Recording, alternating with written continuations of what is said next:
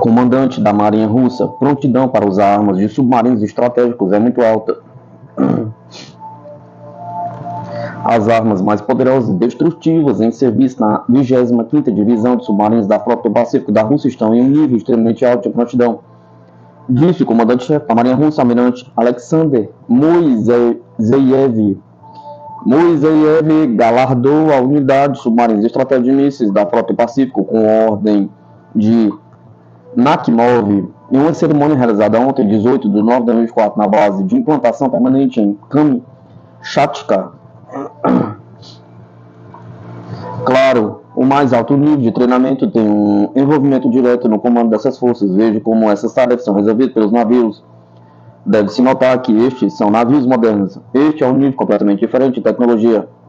Armas que, acima de tudo, têm a maior confiabilidade técnica. E nem falo sobre o nível de prontidão para usar essas armas, que é extremamente alto. Cito o Ministério da Defesa da Rússia, as palavras de Moiseyev.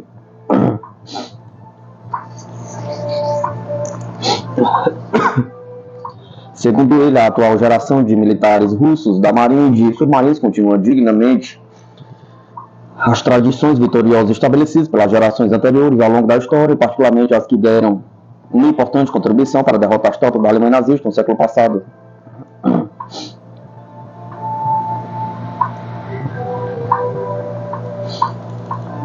O exército australiano vai crescer e diversificar sua frota de drones.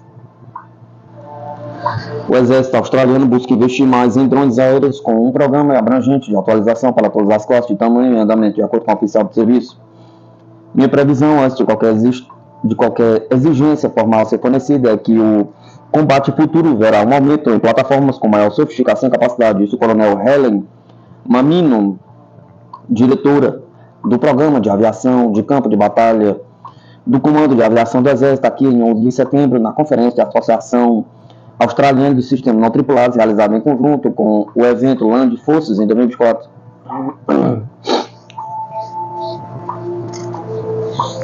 A oportunidade surge porque os avanços em robótica e autonomia estão convergindo com novos desenvolvimentos de drones. De acordo com Mamino, uma das principais características do nosso ambiente operacional de força objetivo será a abundância e proliferação de sistemas aéreos não tripulados, ou UAS. Ela acrescentou. O Serviço Terrestre combinou vários esforços do Exército sob o programa abrangente DF-129, dividido em 4 categorias do tamanho: Nano, UAS, drones pequenos, SUAS Plus e drones táticos. Começando com o Taurus maior de nível de brigada, o Exército Australiano está no processo de colocar em campo os integradores in situ RK-21A para substituir a aeronave Shadow 200 da Textron. A entrega do RK-21 está em andamento com um estado final, sendo um complemento total de 6 sistemas introduzidos até o final de 2025, diz Momino. Cada sistema contém 4 aeronaves com seus níveis de conteúdo nativo atingindo 82%. Em relação à categoria SUAS Plus, para equipes de combate, a Elbit Systems está sob contrato desde o final de 2002 para a Skylark e Lex, mas os sistemas só agora estão chegando à Austrália, projetados para uso doméstico e serão encarregados de auxiliar autoridades civis, por exemplo. O Exército também usa atualmente o Puma Air da Aero virtualmente, na mesma categoria de tamanho, e os esforços para substituí-los não ocorrerão antes do início da década de 2030. A fase 4B do programa DF-129 tem como alvo o segmento SUAS de nível de pelotão, onde a Aero-Environment, o AER, está sendo substituído por uma frota mista composta pela Quantum Systems Vector 2 em 1 para operações montadas e o CPAC Systems Corvox para uso desmontado. Um contrato que excede 100 milhões australianos, anunciado em meados de julho, verá a entrega de ambos os tipos a partir do terceiro trimestre de 2025. O exército australiano atualmente usa o Black Hornet 3 como nano drone em seções de infantaria. Oficiais também estão experimentando vários outros tipos, e Mamino diz que 10 nano variantes estariam em uso até 2025. No ano passado, o governo cancelou repetidamente a seleção da Marinha do S-100 Campcopter da Shebel. O exército agora é responsável pela missão marítima WAIS, e Mamino disse que seu comando está trabalhando nos estados iniciais dos requisitos para esses sistemas e entendendo como será o caminho de aquisição.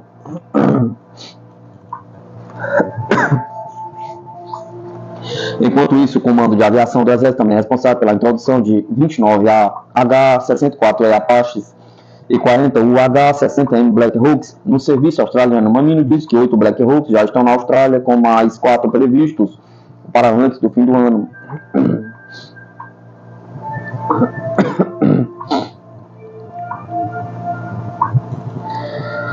Canadá inicia licitação de submarinos após pesquisa com fornecedores globais. O exército canadense iniciou formalmente seus esforços para adquirir uma frota de até 12 submarinos com propulsão convencional. O governo canadense solicitou que os construtores de submarinos enviem informações sobre seus barcos até 18 de novembro, o que é visto como um primeiro passo para uma eventual compra. O ministro da Defesa canadense, Bill Blair, emitiu uma declaração em 16 de setembro, observando que os submarinos são cruciais para manter a soberania do país. Como uma nação ártica, atlântica e pacífica, com o litoral mais longo do mundo, o Canadá precisa de uma frota de submarinos, disse Blair. A atual frota de submarinos da classe Vitória, operada pela Marinha Real Canadense, será desativada em meados da década de 30, e ele acrescentou. Para evitar qualquer lacuna nas capacidades de submarinos canadenses, o Canadá prevê a adjudicação do contrato até 2028, com a entrega do primeiro submarino de substituição até 2035, observou Blair em sua mensagem. Em uma declaração também divulgada em 16 de setembro no X, Blair disse que a compra envolveria a aquisição de até 12 submarinos com propulsão convencional e capacidade sob gelo. Nenhum valor de custo foi divulgado neste momento. O Canadá está aberto a submarinos que estejam atualmente em serviço ou em produção.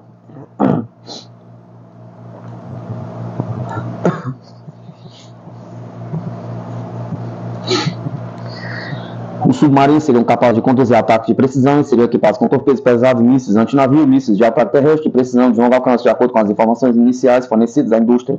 Blair disse que o pedido de informações também abrirá a porta para a indústria canadense, suporte em serviço, treinamento e infraestrutura para a nova frota. O Canadá não constrói os seus próprios submarinos, então quaisquer barcos serão construídos em outra nação. Blair destacou originalmente o interesse do Canadá em novos submarinos em 10 de julho, na cúpula da OTAN em Washington, mas não forneceu detalhes específicos. Naquele momento, autoridades do governo canadense, no entanto, sugeriram que a compra do submarino poderia ajudar o Canadá a atingir sua meta de gastar pelo menos 2% do PIB em defesa, conforme exigido pela OTAN. O Canadá tem sofrido crescente pressão de seus aliados para fazer mais em defesa. Para se preparar para a aquisição, a Marinha Real Canadense já havia criado o projeto submarino de patrulha canadense, que estava coletando informações e conduzindo análise de possíveis submarinos capazes de atender aos requisitos do serviço. Em 2023, a equipe do projeto conduziu engajamentos iniciais em busca de fatos com países, empresas e marinhas que atualmente têm ou estão em processo de construção de submarinos que atendem às necessidades do Canadá. A equipe se envolveu com a França, Alemanha, Japão, Coreia do Sul, Espanha e Suécia. A solicitação de informações permitirá que o Canadá receba informações específicas necessárias para elaborar um pacote de licitação e documentos de suporte para a futura compra.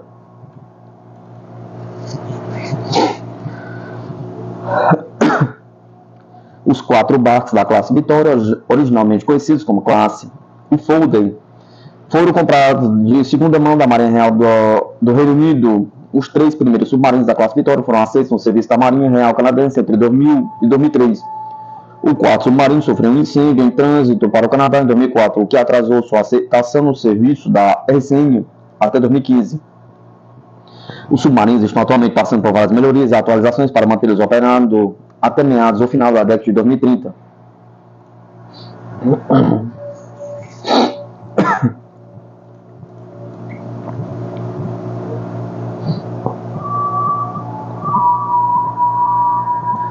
Força Aérea dos Estados Unidos nomeia a segunda e terceira base B-21 Raiden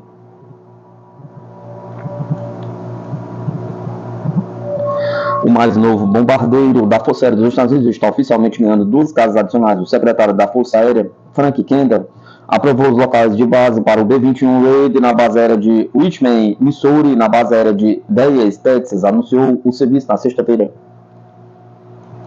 A Força Aérea selecionou anteriormente a base aérea de Wells Rush, Dakota do Sul, com a primeira base do B-21 Raider. A aeronave, que é o primeiro bombardeiro que a Força Aérea introduziu desde a Guerra Fria, pretende se tornar a espinha dorsal da capacidade de ataque global flexível da Força Aérea Americana. De acordo com a Força Aérea desenvolvida pela Northrop Grumman, o bombardeiro Sea virá equipado com capacidades nucleares, bem como munições regulares, e será capaz de auxiliar em operações tripuladas e não tripuladas. O B-21 Raider fez seu primeiro voo de teste em 10 de novembro de 2023 na planta 42 da Força Aérea em Palmdale, Califórnia. Continuamos a atingir marcos na produção do B-21 por meio da engenharia digital e do design da arquitetura aberta. Estamos obtendo um dissuador estratégico ágil que fornece uma resposta decisiva conforme necessário, disse o general Thomas Busserier, comandante do Comando de Ataque Global da Força Aérea dos Estados Unidos. Em um comunicado, a Força Aérea divulgou o primeiro vídeo do B-21 em voo na quarta-feira. Representantes da indústria de defesa da Força Aérea discutiram o progresso do programa B-21 esta semana na Conferência Aérea Especial e Cibernética da Associação da Força Aérea Americana Especial em National Harbor, Maryland. Thomas Jones, presidente do setor da Northrop Grumman Aeronautic Systems, disse que o programa estava realizando 2 voos de teste em uma determinada semana em preparação para a vida do B-21 Raider como um voo diário. A Força Aérea Americana prevê comprar pelo menos 100 B-21 Raider que substituirão os bombardeiros B-1 e B-2 Spirit.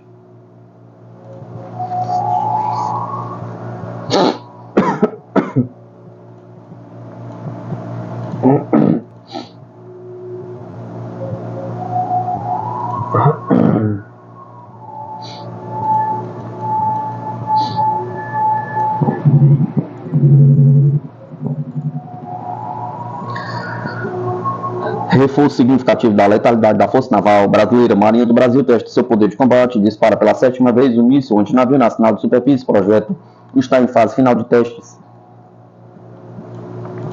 Durante a operação de lançamento de armas 4/2024, realizada entre os dias 11 e 15 de setembro no litoral de Cabo Frio, Rio de Janeiro, a Marinha fez o 7º lançamento do Mansup, míssil antinavio nacional de superfície. O teste acontece poucos dias depois da assinatura do contrato entre a Força Naval Brasileira e o Edge Group, para que o país garanta os recursos necessários para a entrega do míssil a tempo de ser integrado com a nova classe de fragatas furtivas Tamandaré. A assinatura aconteceu no dia 4 de setembro.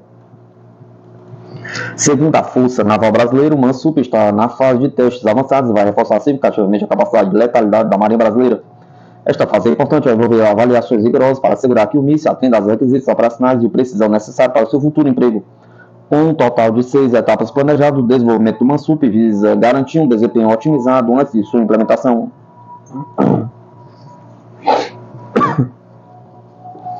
Além do lançamento do Mansup, a operação incluiu uma ampla variedade de armas disparadas. A fragata Independência lançou mísseis superficiais Speed, enquanto as aeronaves SH-16 Seahawk dispararam mísseis à superfície Penguin. Os caças AF-1 Skyhawk efetuaram lançamento de bombas BGB-82 e tiros com metralhadora de 20 mm. E o helicóptero H-11B Super Lynx lançou bombas MK-9, além de realizar disparos com metralhadoras 50 mm. Além disso, a fragata Independência realizou tiros com canhão de 4,5 polegadas de 40 mm.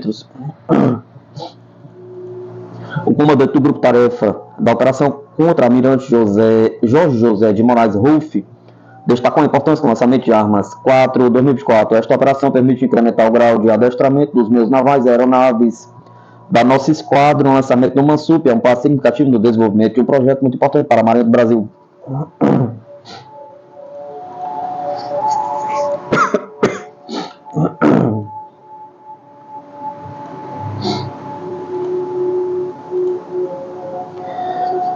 Ministro do Japão apela aos Estados Unidos para criar um OTAN asiático unindo rede de aliança na Ásia. Um alto funcionário do Departamento de Estado dos Estados Unidos disse que é muito cedo para falar sobre a criação de um bloco semelhante ao OTAN na Ásia, depois que o ministro da Defesa japonês, Shigeru Ishiba, apelou ao Washington a discutir o assunto com mais profundidade. Shigeru Ishiba, que é um dos principais candidatos à sucessão do primeiro-ministro Fumio Kishida, apelou na semana passada para a criação de uma versão asiática da OTAN através da união das várias iniciativas de segurança na região em um pacto formal de defesa. Pelo menos devemos aprofundar nossas discussões sobre este tema, disse ele. Falando em uma conferência em Washington, terça-feira, o secretário de Estado dos Estados Unidos para a Ásia Oriental e o Pacífico, Daniel Kritenbrink, rejeitou a sugestão de Shiba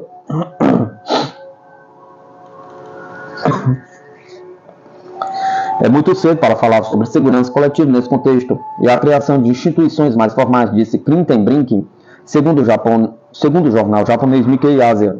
No que estamos nos focando é investir na arquitetura formal existente na região e continuar construindo essa rede de relações formais e informais. Então veremos onde isso vai, acrescentou ele. Uma OTAN asiática não é o que estamos procurando na região, disse um funcionário anônimo dos Estados Unidos ao jornal japonês. Não bastante, o alto funcionário tem afirmado que os Estados Unidos não desejam a criação de uma aliança de estilo bloco na região da Ásia-Pacífico. Na verdade, Washington passou décadas construindo uma rede de parcerias e acordos multilaterais na região, que seus rivais, particularmente a China, veem como passa em direção a uma OTAN asiática de fato.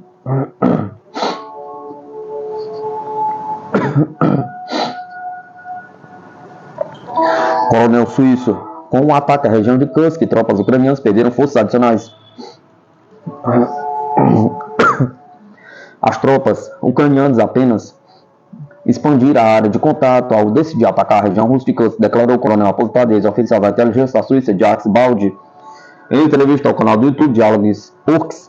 A situação só piorou. Se olharmos para a linha do fronte, os ucranianos são incapazes de criar uma concentração suficiente de força para resistir à pressão russa. Eles simplesmente expandiram sua linha do fronte e perderam tropas adicionais, disse ele. O coronel suíço lembrou que as forças armadas da Ucrânia sofreram grandes perdas em termos de contingente e equipamentos militares. O especialista acredita que isso se deve à falta de pensamento estratégico no exército ucraniano. Os ucranianos perderam recursos valiosos na região de Kursk, que poderiam ser usados mais eficazmente na área de Krasnomarmesk, por exemplo, conclui Baldi.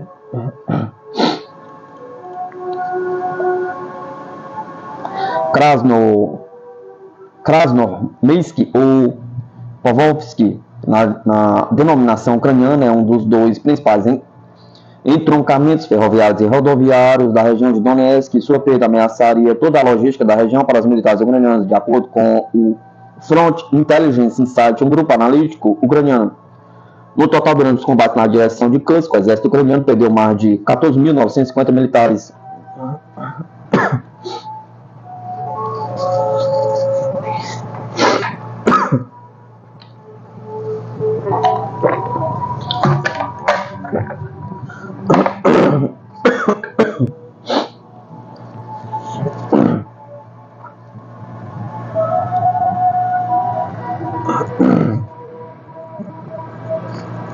A Rússia multiplicou produção de armas em demanda no âmbito da operação militar especial, diz Putin. A Rússia multiplicou a produção de armas de grande importância nas condições da operação militar especial e aprimorou características delas com base na experiência de combate, diz o presidente Vladimir Putin. O anúncio foi feito na reunião da Comissão Militar Industrial sobre o desenvolvimento do sistema de aeronaves não tripuladas especiais da Rússia. Segundo Putin, a questão do sistema de aeronaves não tripuladas é importante e elas estão em demanda, o que ficou claro em todo o mundo. Hoje em dia, as empresas do complexo militar industrial russo estão trabalhando de forma rítmica e precisa, fazendo tudo o que é necessário para fornecer às tropas envolvidas na operação militar especial armas, modernas, equipamentos e munições, disse. Putin declarou que a eficácia do uso multifuncional de sistemas não tripulados no campo de batalha foi confirmada durante a operação militar especial, afirmando que a Rússia amplia a gama desses sistemas.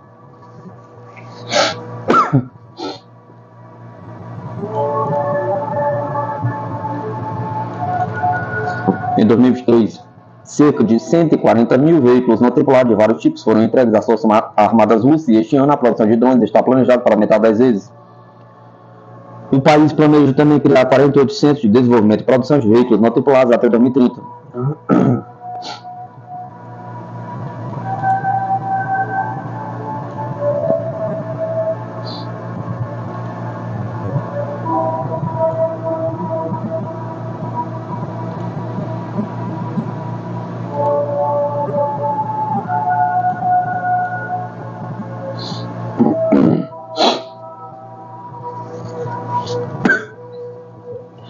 Estados Unidos poderão ficar presos em um estado de conflito sem fim, diz especialista. Os círculos dominantes nos Estados Unidos não têm senso de proporção em questão de política externa e ela permanece imatura e pouco perceptiva sobre seu domínio, o que faz com que Washington possa emperrar em um estado de conflito sem fim, disse o ex-conselheiro da Comissão Presidencial bilateral dos Estados Unidos, Rússia, James Garden, em seu artigo para a revista The American Conservative. Garden cita como exemplo de uma política ponderada o período da presidência do líder da resistência francesa durante a Segunda Guerra Mundial. Presidente francês no momento mais pungente da Guerra Fria, 1959-1969, Charles de Gaulle. Segundo o autor, a combinação pragmática de previsão, agilidade e equilíbrio que possuía de Gaulle agora não está em cima da mesa dos políticos norte-americanos atuais. Nas mãos do establishment atual, a política externa norte-americana carece de discernimento, maturidade e capacidade de distinguir entre interesses nacionais fundamentais e periféricos, enquanto a comunidade que toma decisões políticas não aprender a distinguir entre eles, continuaremos presos nesse ciclo pouco virtuoso e perigoso de inflação, de ameaça e, por fim, de conflitos intermináveis, escreveu.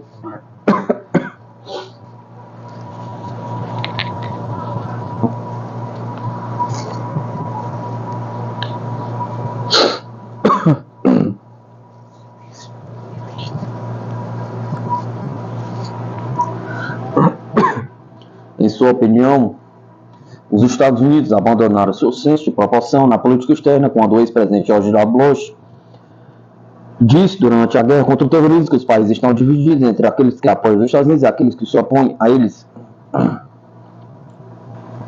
O presidente dos Estados Unidos, Barack Obama, ordenou... O presidente dos Estados Unidos, Barack Obama, herdou a falta de senso de proporção, o que se manifestou em suas declarações de que um determinado chefe de Estado deve ir embora. Uma característica também adotada pelo ex-líder dos Estados Unidos, Donald Trump, e pelo atual presidente Joe Biden. Anteriormente, o ministro das Relações Exteriores da Rússia, Sergei Lavrov, disse que o curso de Washington para manter a hegemonia no mundo está fadado ao fracasso, embora os Estados Unidos provavelmente continuem sendo um dos centros mundiais.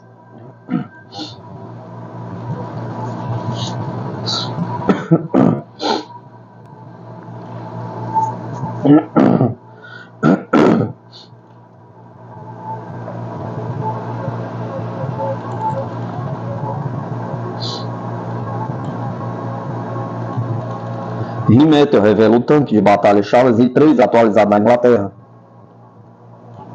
A Rheinmetall revelou ao público o novo tanque de batalha principal Charles III da Inglaterra em um evento do exército britânico esta semana, com blindagem aprimorada e um canhão de arma lisa de 120 mm, o que a empresa chama de tanque mais avançado da OTAN.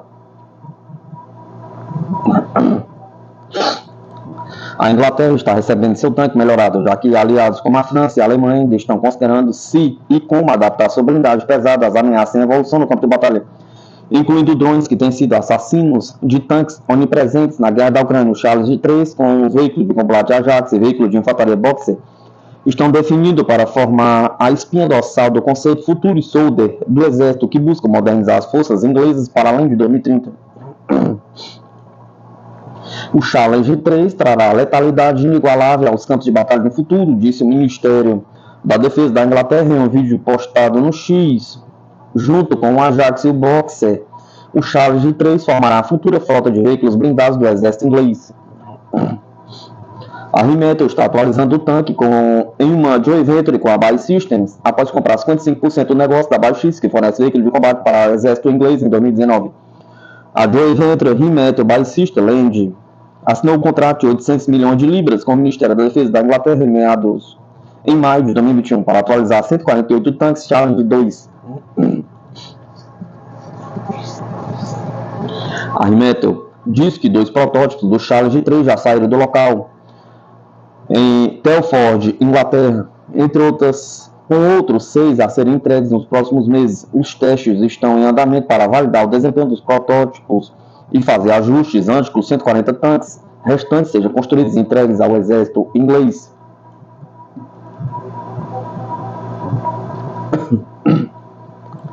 O tanque foi exibido no evento de dinâmica de veículos de defesa do exército inglês no UTAC Millbrook, um campo de provas de veículos terrestres que inclui pistas off-road para testes de veículos militares.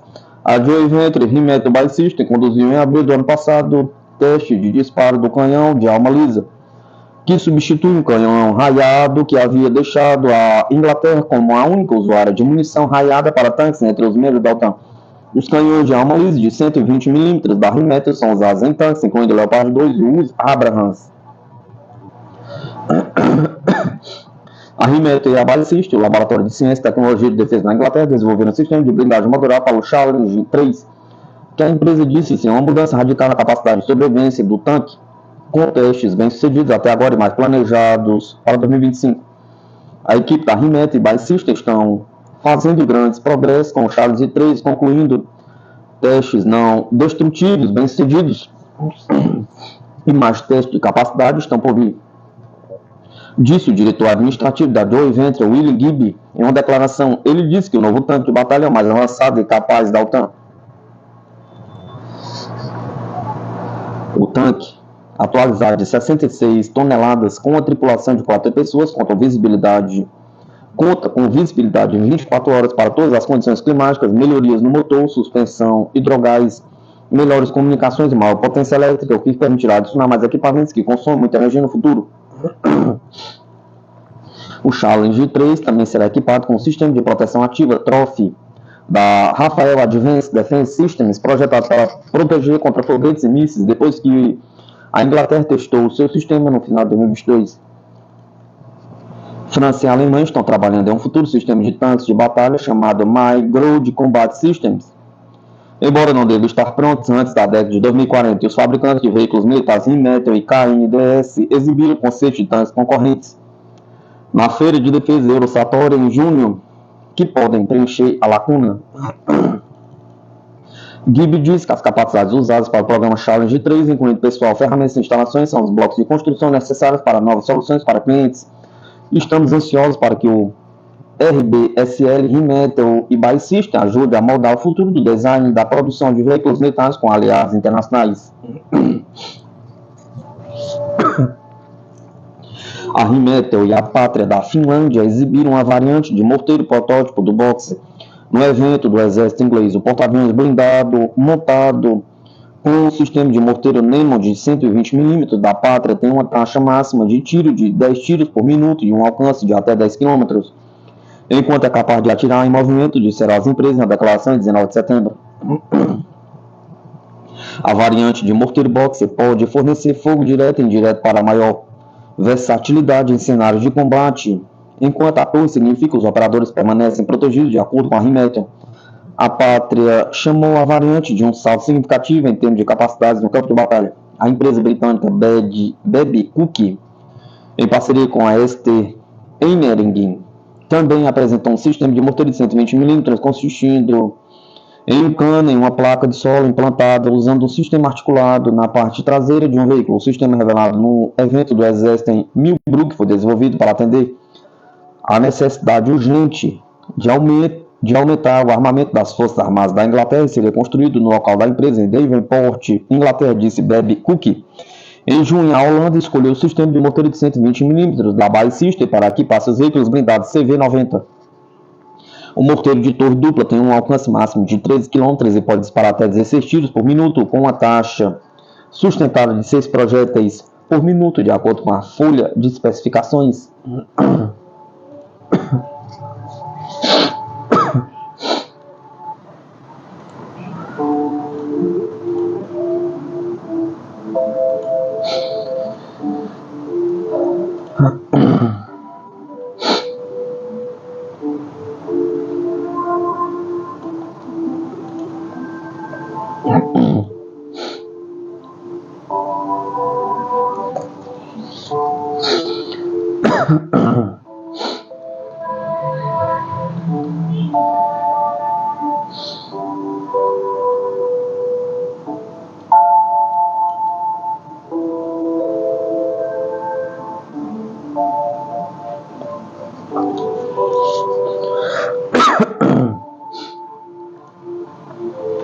Troca de tecnologias nucleares entre Rússia e Coreia do Norte causa alarme nos Estados Unidos. O general americano alerta para o impacto do acordo militar que Putin considera o mais forte de todos os tempos.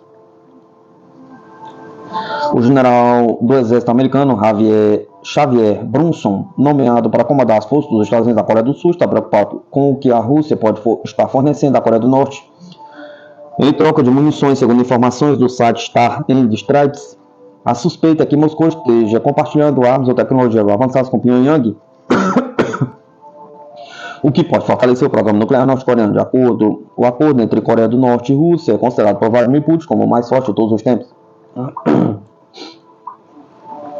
Durante sua audiência de confirmação do Senado americano, Brunson destacou que, embora a troca de munições entre os dois países já seja motivo de preocupação, o que a Coreia do Norte está recebendo em troca é ainda mais alarmante. A troca de ajuda letal entre Coreia do Norte e Rússia é algo para se alarmar, mas o mais importante é que temos que ver o que está voltando, afirmou o general. Ele alertou que uma das suas prioridades seria rastrear as informações sobre essa cooperação caso seja confirmado no cargo. Brunson destacou que, embora não se saiba exatamente o que a Rússia está fornecendo em troca dos mísseis e projetos de artilharia, há receio de que a cooperação possa incluir compartilhamento de tecnologias militares avançadas. A maior preocupação é que a Rússia esteja apoiando o desenvolvimento do programa nuclear da Coreia do Norte. Se confirmado, meu trabalho seria mitigar isso, e isso faz parte dos nossos planos, disse Brunson. Nos últimos meses, a Coreia do Norte enviou à Rússia mais de 16 mil contêineres de munições para serem usados na guerra contra a Ucrânia, segundo o senador Mark Kelly, que participou da audiência de confirmação. Ele também ressaltou que as fábricas norte-coreanas estão operando a plena capacidade para manter esse fornecimento. A Rússia já usou o desenho de mísseis norte-coreanos contra a Ucrânia, disse Kelly, que expressou preocupação com o que Pyongyang está recebendo em troca dessa ajuda militar. O pacto de cooperação entre a Coreia do Norte e a Rússia, assinado em junho deste ano, prevê assistência militar mútua e foi descrito pelo presidente russo Vladimir Putin como o tratado mais forte de todos os tempos entre os dois países. Além disso, a recente reunião entre Kim Jong-un, líder da Coreia do Norte, e o ministro da Defesa russo, Sergei Shoigu, reforçou a promessa de uma cooperação ainda mais próxima.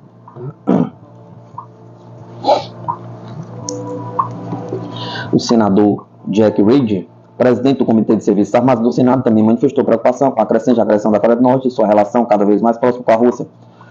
Ele destacou que a ameaça apresentada pelo regime norte-coreano é real e crescente, especialmente no que diz respeito ao desenvolvimento de armas nucleares e mísseis balísticos. O líder norte-coreano, Kim Jong-un, provavelmente está recebendo assistência técnica e lições aprendidas da invasão da Ucrânia por Putin, particularmente para as capacidades nucleares de mísseis da Coreia do Norte, afirmou Reid, sugerindo que o conflito na Ucrânia pode estar sendo usado como laboratório para avanços militares em Pyongyang. Brunson também destacou que o fortalecimento da aliança entre Rússia e Coreia do Norte pode afetar a segurança dos aliados americanos da região, como a Coreia do Sul e o Japão. Para ele, essa nova fase de cooperação entre os dois países autoritários apresenta desafio, mas ele acredita que as parcerias de décadas dos Estados Unidos com seus aliados na região continuarão a ser um diferencial importante. A Península Coreana é um grande exemplo disso. Por 70 anos essa aliança se manteve e é um exemplo para outras nações se espelharem, afirmou o general. O general Brunson está prestes a assumir o comando das forças dos Estados Unidos na Coreia do Sul, substituindo o atual comandante Paul Lacamera. Caso seja confirmado no cargo, Brunson terá a responsabilidade de monitorar e tentar mitigar as consequências dessa perigosa parceria entre a Rússia e a Coreia do Norte, com foco na segurança regional e na defesa dos aliados americanos.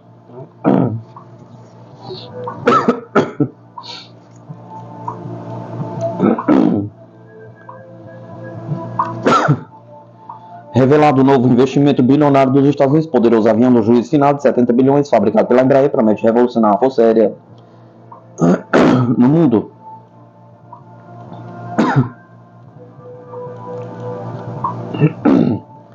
Revolução na Força Aérea. A Sierra Nevada Corporation assegurou um contrato de 3 bilhões para produzir o substituto do E-4B Nightwatch, amplamente conhecido como o avião do fim do mundo, ou avião do apocalipse, com sede em Nevada.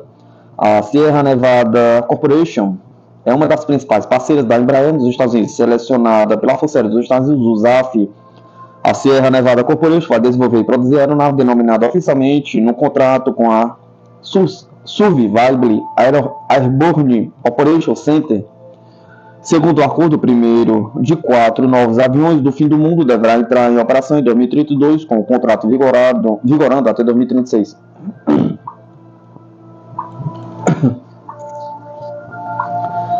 Vale ressaltar que a Sierra Nevada Corporation foi a única empresa remanescente da licitação após a Boeing se retirar da disputa no final de 2023. Devido a preocupações com o contrato de preço fixo, a Boeing tem enfrentado perda significativa em contratos desse tipo, como os do reabastecedor KC-46 Pegasus e do VC-25B, o famoso Força Aérea 1. Ainda não está claro que a aeronave substituirá o E-4B. De acordo com a Aviation Week, é provável que a Sierra Nevada Corporation modifique um Boeing 747-8i para esta função, apesar da produção desse modelo ter sido encerrada em 2003. Este modelo também está sendo adaptado pela Boeing para se tornar um novo avião presidencial dos Estados Unidos, sugerindo que a Boeing ainda pode ter alguma participação no projeto, mesmo que de forma limitada. Em serviço com a USAF desde 1974, o E-4B é um posto de comando avançado aerotransportado que atende diretamente ao secretário de Defesa, também chamado de Pentágono Voador. O jato militar, baseado no clássico 747-200 Jumbo, é mais conhecido por seus apelidos populares mencionados anteriormente. Isso porque o avião serve como a última estação de comando para as Forças Armadas dos Estados Unidos em caso de uma guerra nuclear ou uma catástrofe natural extrema. Assim é de lá que partiriam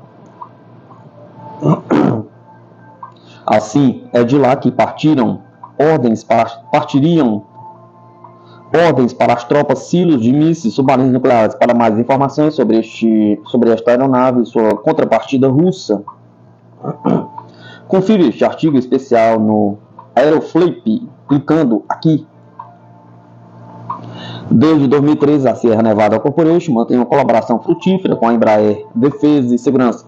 A empresa norte-americana produz nos Estados Unidos os turbo-hélices de ataque A-29 Super Tucano para contratos financiados pelo governo dos Estados Unidos, como o que forneceu aos aviões para o Afeganistão e para a própria USAF. Em fevereiro, a Sierra Nevada Corporation e a Embraer realizaram uma demonstração conjunta do A-29 para a Força Aérea de Gana. Na ocasião, o chefe do Estado-Maior da GAF, vice-general da Aeronáutica, Frederic Azare Kawazi Beko, expressou entusiasmo com a exibição e afirmou que a parceria com a Sierra Nevada Corporation e a Embraer foi oportuna, considerando que o A-29 Super Tucano era uma plataforma ofensiva estratégica para melhorar a postura dissuasora e ofensiva da Força de Gana.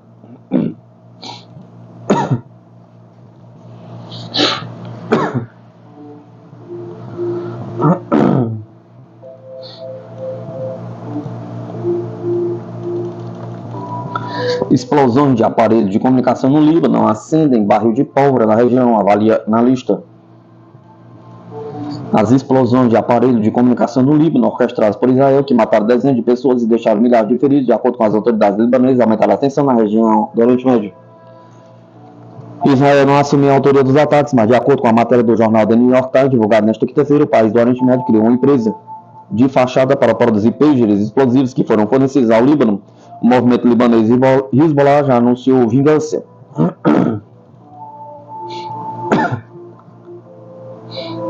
Amanda Marini, especialista em ciências militares e pesquisadora do Núcleo de Avaliação de Conjuntura da Escola de Comando e Estado-Maior do Exército, para abordar o atual panorama do conflito, a ofensiva israelense foi um golpe, sobretudo na moral do Hezbollah, comentou ela. Isso gerou um baque psicológico, tecnológico e de moral, mesmo do Hezbollah, que até mesmo os líderes estão falando. Pelo que está saindo na mídia, vinculado ao Hezbollah, é a primeira grande ação que feriu a moral de combate desde o dia 7 de outubro, quando começou o novo episódio do conflito Israel-Palestina, disse a especialista.